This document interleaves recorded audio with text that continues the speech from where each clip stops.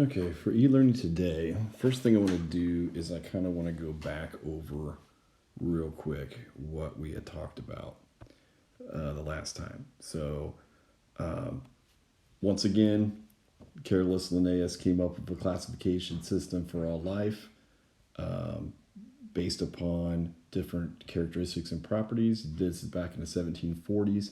He was a Swedish scientist. This is going to help us keep track of things, prove what things are related to others, make connections between similarities and differences. We also, last time we spoke, we talked about the different levels of classification. This is all called taxonomy. The different levels are called taxa. So they start broad, like domain is the broadest, species is the most narrowed down. And we went through that list: domain, kingdom, phylum, class, order, family, genus, species. We learned a little phrase that went with it. You could say like, work your way through here. You can say like, dear Kevin's poor cow only feels good sometimes, or Dutch King Philip came over for good steak, or dumb kids playing catch on freeways get squished. So the more that you have in common with something, the more of these things that you'll have similar. So you'll have more and more and more things that are similar. And then when you finally branch off at the end, then you've got your separate species. So if you branch off like way up here, then you're not very similar to that organism. We said the last two things here, the genus and species, make up the scientific name or the binomial nomenclature, which means two-part name. We're Homo sapiens. Cats are Felis catus. Tursiops truncatus is a dolphin. Canis lupus is a wolf. And that's a universal language that's used by people in different countries. So what we want to do today is something a little bit different. I'm going to use a tool here. This tool is called a dichotomous key. Dichotomous key is a two-part question and answer system that is used to try to identify organisms and put them into different categories and try to figure out what you have. So di means two. It's kind of similar to a choose your own adventure book. If you ever read one of those where you read a couple pages and then you have to make a decision about what page you want to turn to. So if you're reading like a mystery, it's like, do you want to go in a dark and spooky cave? If you do, turn to page 6. If you don't, then turn to page 18. And you just work your way, and there's like multiple endings to the story. So that's like if you're doing choose your own adventure, that's what that is. So anyway, what I have here is I have 9 different kinds of fish or aquatic creatures here. And we're going to use the dichotomous key here to identify what they are. And so you can learn how to use that. So here we go. Let's start off with this creepy looking fish up here in the corner. So most of you probably don't recognize that or know what that fish is. So let's use the dichotomous key. So down here, dichotomous key, there's 8 different steps. Every step has 2 questions. That's what makes it dichotomous. So first question, you always start with number 1. The first question is the fish long and skinny, or is the fish not long and skinny? I would say that number 1 is not long and skinny. I would say that this guy is and that guy is, but definitely not number 1.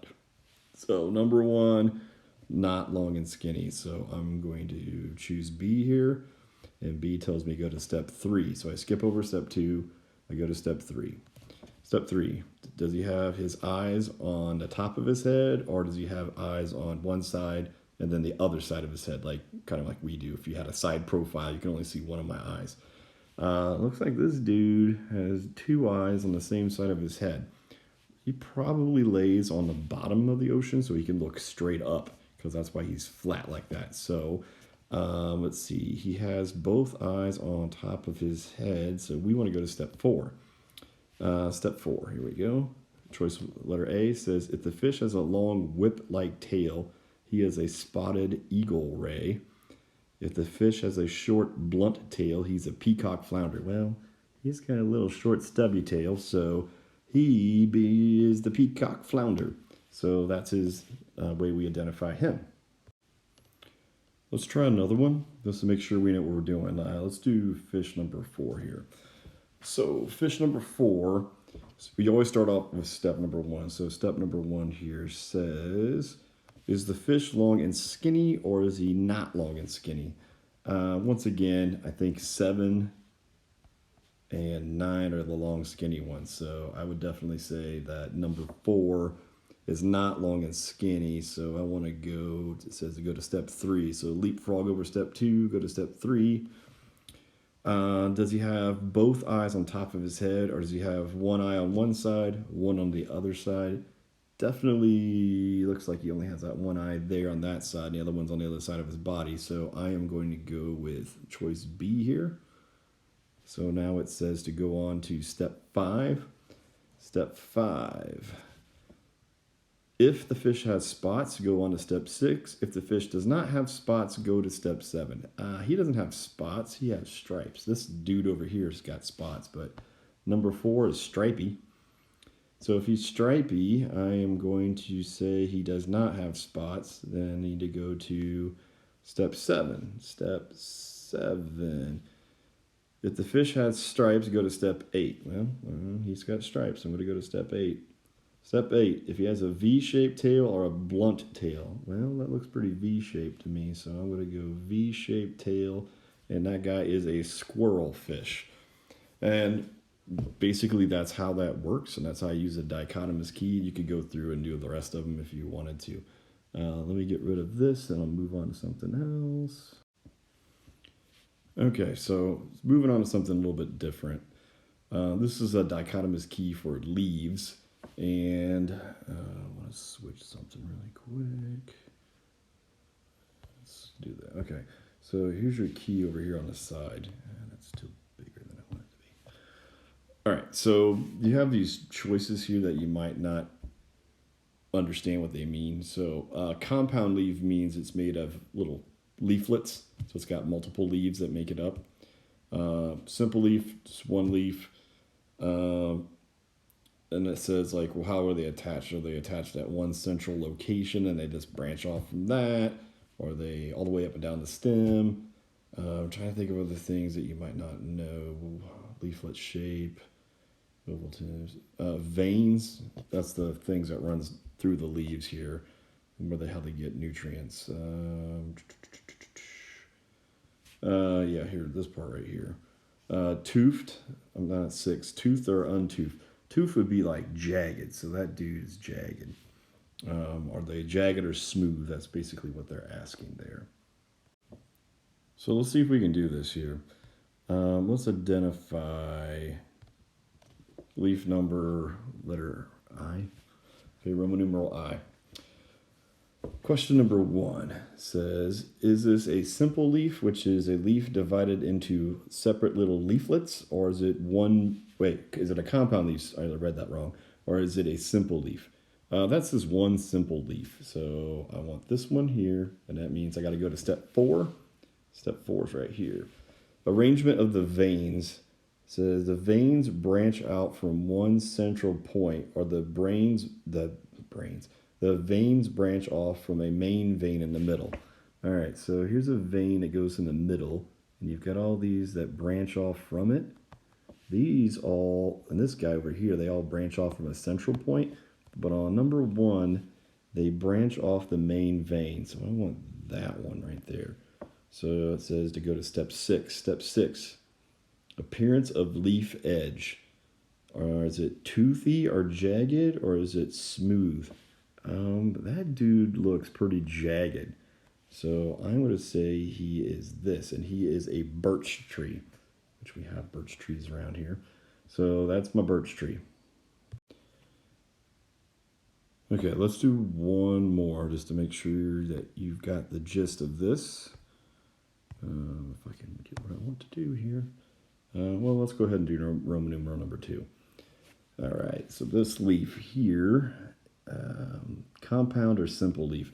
Compound leaf divided into small leaflets. Yeah, he's got like 1, 2, 3, 4, 5 leaflets there. So he is a compound leaf. So I'm going to go to step 2. Step 2, arrangement of his leaflets.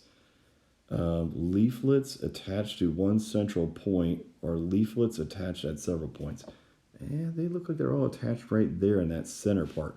This guy wouldn't be not attached at the center. He'd be like attached all the way down the stem. So for Roman numeral 2, I would say the leaflets are all attached at one center point. So it says, if that's true, your tree is called a buckeye. You don't need to worry about the scientific name there. Asclepius, Asculus. So he's a buckeye, which I'm not a buckeye. I'm a Boilermaker. All right, so what I'm going to do is I'm going to basically, you're going to have this same dichotomous key on a worksheet, and you're going to have to identify just like 2 more leaves. So we already did, if I can write here, come on, buddy. We already did this one. We already did that one. So those are out. So you've got these 4, 5. You got these 5 leaves, and you pick 2 out of the 5 to identify what they are by using the dichotomous key. So you just pick 2 of them. If you want to do all 5 of them, more power to you. But you just pick 2 and identify them, and that's what you have to do for the first part of your homework for this.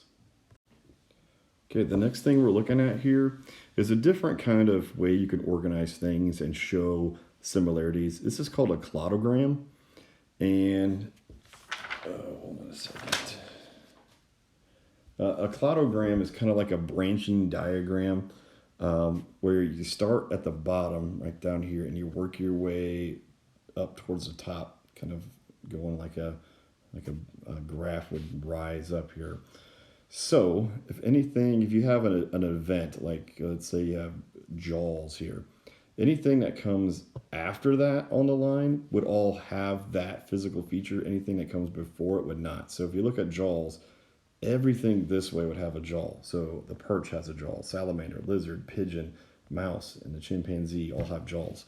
The only thing that comes before the jaw was mentioned here was this dude, the hagfish, which looks like a wormy eel-like creature, so it doesn't have a jaw. Then, if you wanted to pick something else like lungs here, actually, so if you wanted to pick something else, like lungs, everything that comes after that, this direction, would have lungs. So salamander comes after that. He has lungs. The lizard, the pigeon, the mouse, and the chimpanzee. Things that don't have lungs would be the perch, because he has gills, and the hagfish. I don't even know what how the hagfish breathes. All right, let's switch colors here. Like, for example, if I said, okay, what's the only one that has feathers? Well, the feathers is mentioned here, and the only thing that comes after that would be the pigeon. Which ones have fur or mammary glands? You would say the ones that come after it, so that the mouse would and the chimpanzee would. Which ones don't, let's say if I reverse it, which ones don't have claws or nails? Well, everything this way is going to have it. Everything the other way is not going to have it. So claws or nails, looks like the salamander doesn't. It probably has like suction cup feet. Perch, they don't have claws or nails. That'd be weird. And the hagfish. So that's kind of how the cladogram works. So if I can move this down here, this is also going to be on the worksheet that goes with this discussion. And I will ask you a question or 2 about this. Remember, starts off down here. So basically everything has a bilateral symmetrical, which means if you took a samurai sword out and cut it from nose to tail, would it match on both sides? So like all these things, if you chopped them, the left side and right side are the same. So if you looked at jaws here, everything this way has a jaw. Everything that way doesn't. Tetrapod, means 4-legged. So everything this way is 4-legged. Everything that way is not 4-legged. So that's kind of how that works. So I'll ask you a question or 2 about this. All right. It's almost 15 minutes of video here, so I better call it quits. And that's it for this particular chunk.